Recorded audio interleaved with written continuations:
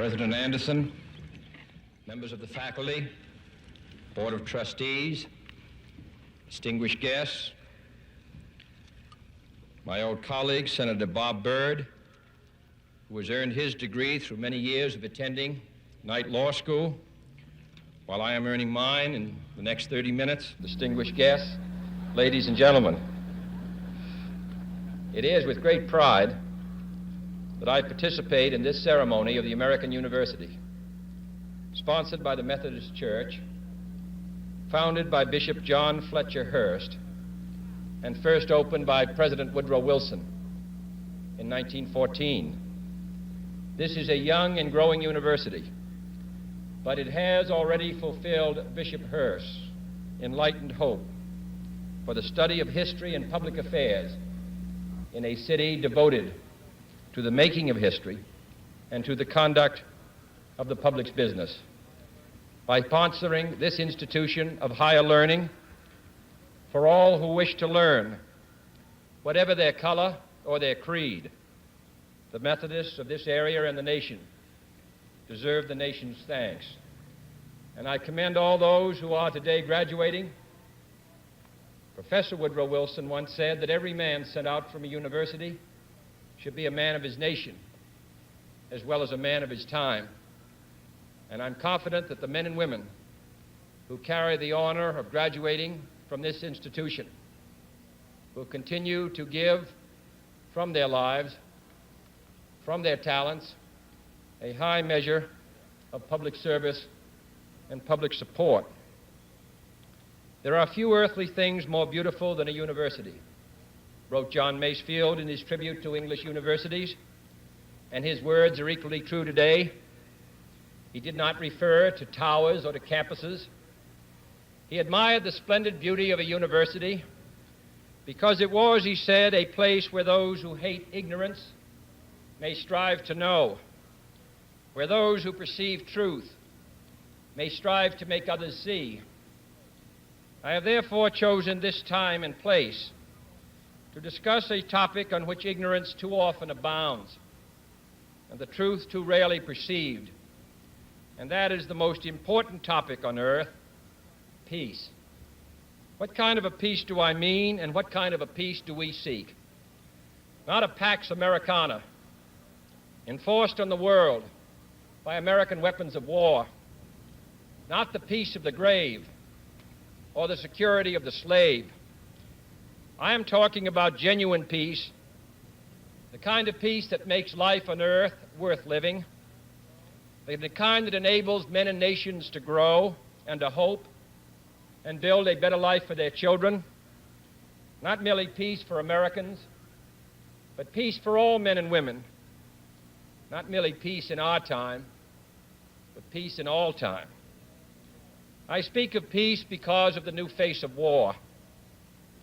Total war makes no sense in an age where great powers can maintain large and relatively invulnerable nuclear forces and refuse to surrender without resort to those forces.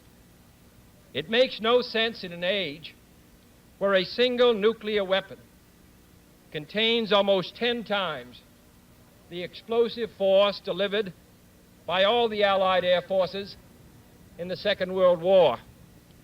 It makes no sense in an age when the deadly poisons produced by a nuclear exchange would be carried by wind and water and soil and seed to the far corners of the globe and to generations yet unborn. Today, the expenditure of billions of dollars every year on weapons acquired for the purpose of making sure we never need them is essential to the keeping of peace. But surely the acquisition of such idle stockpiles, which can only destroy and never create, is not the only, much less the most efficient, means of assuring peace. I speak of peace, therefore, as the necessary, rational end of rational men. I realize the pursuit of peace is not as dramatic as the pursuit of war, and frequently the words of the pursuers fall on deaf ears, but we have no more urgent task. Some say that it is useless to speak of peace or world law or world disarmament, and that it will be useless until the leaders of the Soviet Union adopt a more enlightened attitude. I hope they do. I believe we can help them do it. But I also believe that we must re-examine our own attitudes as individuals and as a nation, for our attitude is as essential as theirs. And every graduate of this school, every thoughtful citizen who despairs of war and wishes to bring peace should begin by looking inward, by examining his own attitude towards the possibilities of peace, towards the Soviet Union, towards the course of the Cold War, and towards freedom and peace here at home. First, examine our attitude towards peace itself. Too many of us think it is impossible. Too many think it is unreal. But that is a dangerous, defeatist belief. It leads to the conclusion that war is inevitable, that mankind is doomed, that we are gripped by forces we cannot control. We need not accept that view. Our problems are man-made. Therefore, they can be solved by man, and man can be as big as he wants. No problem of human destiny is beyond human beings. Man's reason and spirit have often solved the seemingly unsolvable, and we believe they can do it again. I am not referring to the absolute, infinite concept of universal peace and goodwill, of which some fantasies and fanatics dream. I do not deny the value of hopes and dreams, but we merely invite discouragement and incredulity by making that our only and immediate goal. Let us focus instead on a more practical, more attainable peace, based not on a sudden revolution in human nature, but on a gradual evolution in human institutions, on a series of concrete actions and effective agreements which are in the interests of all concerned. There is no single simple key to this peace, no grand or magic formula to be adopted by one or two powers. Genuine peace must be the product of many nations, the sum of many acts. It must be dynamic, not static, changing to meet the challenge of each new generation. For peace is a process, a way of solving problems. With such a peace, there will still be quarrels and conflicting interests, as there are within families and nations. World peace, like community peace, does not require that each man love his neighbor. It requires only that they live together in mutual tolerance, submitting their disputes to a just and peaceful settlement. And history teaches us that enmities between nations, as between individuals, do not last forever. However fixed our likes and dislikes may seem, the tide of time and events will often bring surprising changes in the relations between nations and neighbors. So let us persevere. Peace need not be impractical, and war need not be inevitable. By defining our goal more clearly, by making it seem more manageable and less remote, we can help all people to see it, to draw hope from it, and to move irresistibly towards it. And second, let us re-examine our attitude towards the Soviet Union. It is discouraging to think that their leaders may actually believe what their propagandists write. It is discouraging to read a recent authoritative Soviet text on military strategy and find on page after page wholly baseless and incredible claims, such as the allegation that American imperialist circles are preparing to unleash different types of war, that there is a very real threat of a preventative war being unleashed by American imperialists against the Soviet Union, and that the political aims, and I quote, of the American imperialists are to enslave economically and politically the European and other capitalist countries and to achieve world domination by means of aggressive war, unquote. Truly, as it was written long ago, the wicked flee when no man pursueth.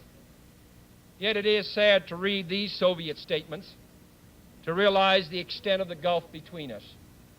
But it is also a warning to the American people not to fall into the same trap as the Soviets, not to see only a distorted and desperate view of the other side, not to see conflict as inevitable, accommodation as impossible, and communication as nothing more than an exchange of threats. No government or social system is so evil that its people must be considered as lacking in virtue. As Americans, we find communism profoundly repugnant as a negation of personal freedom and dignity. But we can still hail the Russian people for their many achievements in science and space, in economic and industrial growth, in culture, in acts of courage. Among the many traits the peoples of our two countries have in common, none is stronger than our mutual abhorrence of war. Almost unique among the major world powers, we have never been at war with each other, and no nation in the history of battle ever suffered more than the Soviet Union in the Second World War. At least 20 million lost their lives. Countless millions of homes and families were burned or sacked.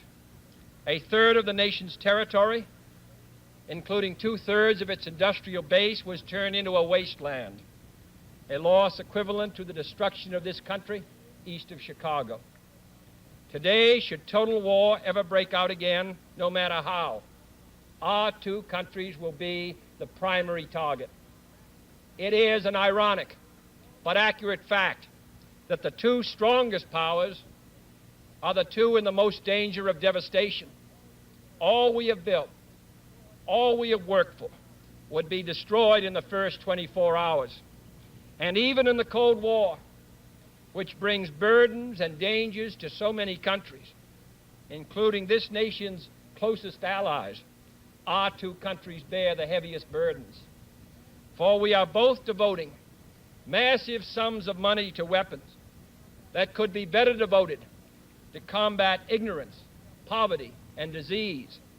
We are both caught up in a vicious and dangerous cycle, with suspicion on one side breeding suspicion on the other, and new weapons begetting counter-weapons. In short, both the United States and its allies, and the Soviet Union and its allies, have a mutually deep interest in a just and genuine peace and in holding the arms race. Agreements to this end are in the interests of the Soviet Union as well as ours, and even the most hostile nations can be relied upon to accept and keep those treaty obligations, and only those treaty obligations, which are in their own interest. So let us not be blind to our differences, but let us also direct attention to our common interests and the means by which those differences can be resolved. And if we cannot end now our differences, at least we can help make the world safe for diversity. For in the final analysis, our most basic common link is that we all inhabit this small planet. We all breathe the same air. We all cherish our children's futures, and we are all mortal. Third, let us re-examine our attitude towards the Cold War, remembering we're not engaged in a debate, seeking to pile up debating points. We are not here distributing blame or pointing the finger of judgment. We must deal with the world as it is, and not as it might have been had the history of the last 18 years been different. We must therefore persevere in the search for peace, in the hope that constructive changes within the communist bloc might bring within reach solutions which now seem beyond us. We must conduct our affairs in such a way that it becomes in the communist interest to agree on a genuine peace, And above all, while defending our own vital interests, nuclear powers must avert those confrontations which bring an adversary to a choice of either a humiliating retreat or a nuclear war. To adopt that kind of course in the nuclear age would be evidence only of the bankruptcy of our policy or of a collective death wish for the world.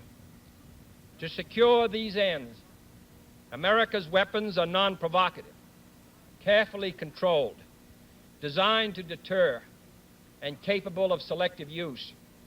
Our military forces are committed to peace and disciplined in self-restraint. Our diplomats are instructed to avoid unnecessary irritants and purely rhetorical hostility, for we can seek a relaxation of tensions without relaxing our guard. And for our part, we do not need to use threats to prove we are resolute. We do not need to jam foreign broadcasts out of fear our faith will be eroded. We are unwilling to impose our system on any unwilling people, but we are willing and able to engage in peaceful competition with any people on earth. Meanwhile, we seek to strengthen the United Nations to help solve its financial problems, to make it a more effective instrument for peace, to develop it into a genuine world security system, a system capable of resolving disputes on the basis of law, of ensuring the security of the large and the small, and of creating conditions under which arms can finally be abolished. At the same time, we seek to keep peace inside the non-communist world, where many nations, all of them our friends, are divided over issues which weaken Western unity, which invite communist intervention, or which threaten to erupt into war. Our efforts in West New Guinea, in the Congo, in the Middle East, and the Indian subcontinent have been persistent and patient, despite criticism from both sides. We have also tried to set an example for others by seeking to adjust small but significant differences with our own closest neighbors in Mexico and Canada. Speaking of other nations, I wish to make one point clear. We are bound to many nations by alliances. These alliances exist because our concern and theirs substantially overlap. Our commitment to defend Western Europe and West Berlin, for example, stands undiminished because of the identity of our vital interests. The United States will make no deal with the Soviet Union at the expense of other nations and other peoples, not merely because they are our partners, but also because their interests and ours converge. Our interests converge, however, not only in defending the frontiers of freedom, but in pursuing the paths of peace. It is our hope and the purpose of Allied policy to convince the Soviet Union that she too should let each nation choose its own future, so long as that choice does not interfere with the choices of others. The communist drive to impose their political and economic system on others is the primary cause of world tension today. For there can be no doubt that if all nations could refrain from interfering in the self-determination of others, the peace would be much more assured. This will require a new effort to achieve world law, a new context for world discussions. It will require increased understanding between the Soviets and ourselves. An increased understanding will require increased contact and communication.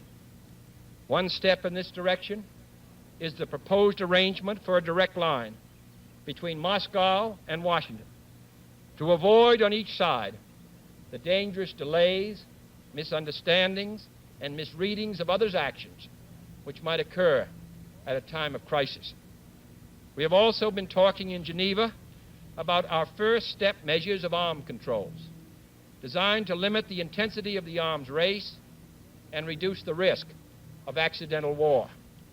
Our primary long-range interest in Geneva, however, is general and complete disarmament, designed to take place by stages, permitting parallel political developments to build the new institutions of peace which would take the place of arms. The pursuit of disarmament has been an effort of this government since the 1920s. It has been urgently sought by the past 3 administrations.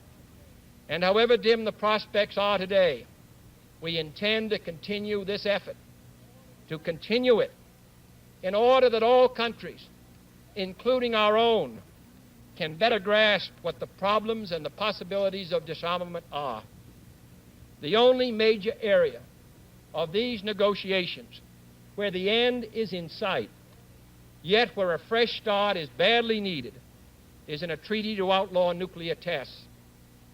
The conclusion of such a treaty, so near and yet so far, would check the spiraling arms race in one of its most dangerous areas. It would place the nuclear powers in a position to deal more effectively with one of the greatest hazards which man faces in 1963, the further spread of nuclear arms.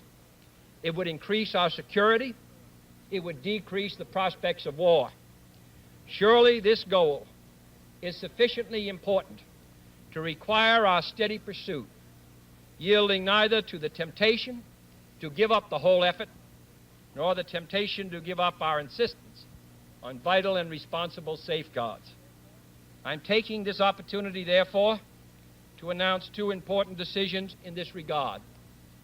First, Chairman Khrushchev, Prime Minister Macmillan, and I have agreed that high-level discussions will shortly begin in Moscow, looking towards early agreement on a comprehensive test ban treaty. Our hope must be tempered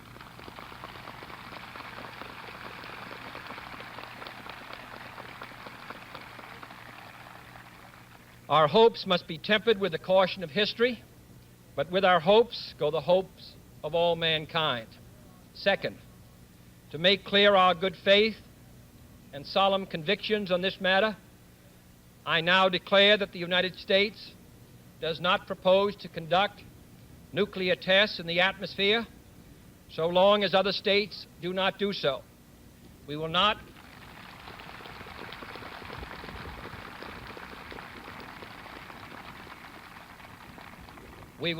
be the first to resume. Such a declaration is no substitute for a formal binding treaty, but I hope it will help us achieve one. Nor would such a treaty be a substitute for disarmament, but I hope it will help us achieve it. Finally, my fellow Americans, let us examine our attitude towards peace and freedom here at home. The quality and spirit of our own society must justify and support our efforts abroad. We must show it in the dedication of our own lives. As many of you who are graduating today will have an opportunity to do by serving without pay in the Peace Corps abroad or in the proposed National Service Corps here at home. But wherever we are, we must all, in our daily lives, live up to the age-old faith that peace and freedom walk together. In too many of our cities today, the peace is not secure because freedom is incomplete.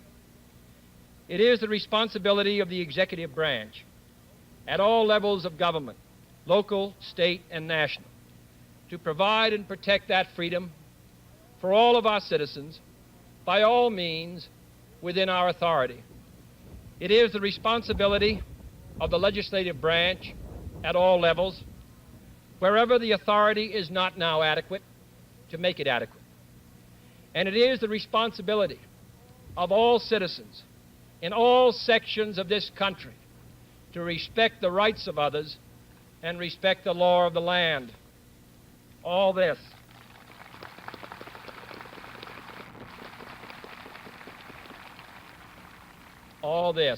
is not unrelated to world peace. When a man's way please the Lord, the Scriptures tell us, he maketh even his enemies to be at peace with him. And is not peace, in the last analysis, basically a matter of human rights? The right to live out our lives without fear of devastation, the right to breathe air as nature provided it, the right of future generations to a healthy existence. While we proceed to safeguard our national interests, let us also safeguard human interests. And the elimination of war and arms is clearly in the interests of both. No treaty, however much it may be to the advantage of all, however tightly it may be worded, can provide absolute security against the risks of deception and evasion. But it can, if it is sufficiently effective in its enforcement, and it is sufficiently in the interest of its signers, offer far more security and far fewer risks than an unabated, uncontrolled, unpredictable arms race. The United States, as the world knows, will never start a war. We do not want a war. We do not now expect a war. This generation of Americans has already had enough, more than enough, of war and hate and oppression.